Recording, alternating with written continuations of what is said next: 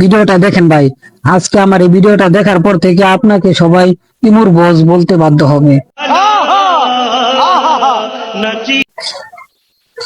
আজকে আমি আপনাদেরকে ইমুতে এমন একটি সেটিং দেখাবো, যে সেটিং ব্যবহার করে আপনি আপনার নাম্বার গোপন রেখে, অর্থাৎ নাম্বারের পরিবর্তে আপনার নাম বা আপনার প্রিয় কোনো সংখ্যা দিয়ে আপনি আপনার ইমো ব্যবহার করতে পারবেন, এবং কি ওই সংখ্যা বা ওই নাম দিয়ে কিন্তু আপনার ইমোটা দিলে অন্য আরেকজন পেয়ে যাবে।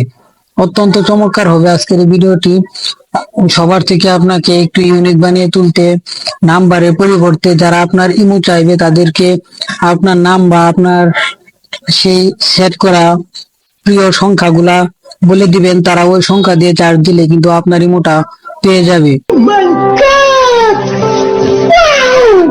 অথচ আপনি যে নাম্বার দিয়ে ইমোটা খুলেছিলেন ওই নাম্বার দিয়ে কিন্তু সারাদিন চার্জ করলেও কেউ আপনার ইমোটা আর খুঁজে পাবে না। তো ভিডিওটা কিন্তু অত্যন্ত চমৎকার হতে যাচ্ছে আপনার জন্য। তো ভিডিওটা স্কিপ না করে সম্পূর্ণ ভিডিওটা দেখেন, অনেক উপকারে আসবে। ঠিক আছে, কি করতে পারবেন, আপনার কোনো প্রিয়জন বা আপনার কোনো কাছের ব্যক্তি যার সাথে আপনি কথা বলতে চান, এবং কি অন্য লোকজন আপনার ইমোটা দেখে ফেললে সমস্যা, এরকম ব্যক্তির সাথে কিন্তু চাইলে আপনি এই টিপসটি কাজে লাগাতে পারেন। তো আপনাদের কাছে কোয়েস্টি থাকবে, আপনারা কেউ খারাপ ভাবে এই সেটিংটাকে ব্যবহার করবেন না, অবশ্যই ভালোভাবে ব্যবহার করবেন। তাহলে চলেন কথা না বলে আমরা মূল কাজ শুরু।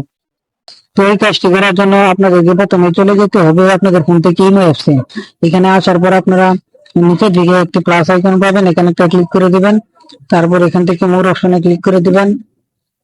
তারপর আপনারা ইমোর প্রোফাইল আইকনে একটা ক্লিক করে দিবেন। ক্লিক করে দেওয়ার পর আপনাদের সামনে এরকম একটা অপশন চলে আসবে, এখান থেকে এডিট অপশনে একটা ক্লিক করে দিবেন। তারপর এখান থেকে দেখতে পারবেন ইমো আইডি নামে একটা অপশন আছে, এখানে একটা ক্লিক করে দিবেন। তারপর চেঞ্জ ইমো আইডি, এখানে একটা ক্লিক করে দিবেন। এই কাজটি করার জন্য কিন্তু আপনাদের প্রথমত কমপক্ষে 8 থেকে 20 সংখ্যার ভিতরে কিছু সংখ্যা দিতে হবে। 8 সংখ্যার কম হলে কিন্তু হবে না, এবং কি 20 সংখ্যার বেশি হলে কিন্তু হবে না। তার জন্য আমি এখান থেকে প্রথমত আমার নামটা দিয়ে দেব, তারপর আমি কিছু সংখ্যা দিয়ে দেব। দেখেন অলরেডি কিন্তু আমার 8টা সংখ্যার উপরে হয়ে গেছে, যার কারণে কিন্তু এখানে টিক মার্ক চলে আসছে উপরে। এখানে আমি টিক মার্ক একটা ক্লিক করে দেব। দেখেন ক্লিক করার সাথে সাথে কিন্তু আমার কাজ শেষ।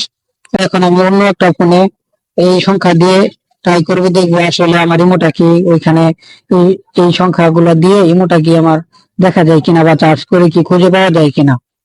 দেখেন আমি কিন্তু অন্য একটা ফোনে চলে আসলাম। এখান থেকে আমি যদি চার্জ করি আমার ওই নামে, তাহলে দেখবেন আমার ওই ইমোটাকে কিন্তু আমি খুঁজে পাবো। এখন কিন্তু চাইলে আমি খুব সহজে এখান থেকে মেসেজ করতে পারবো বা কল করতে পারবো।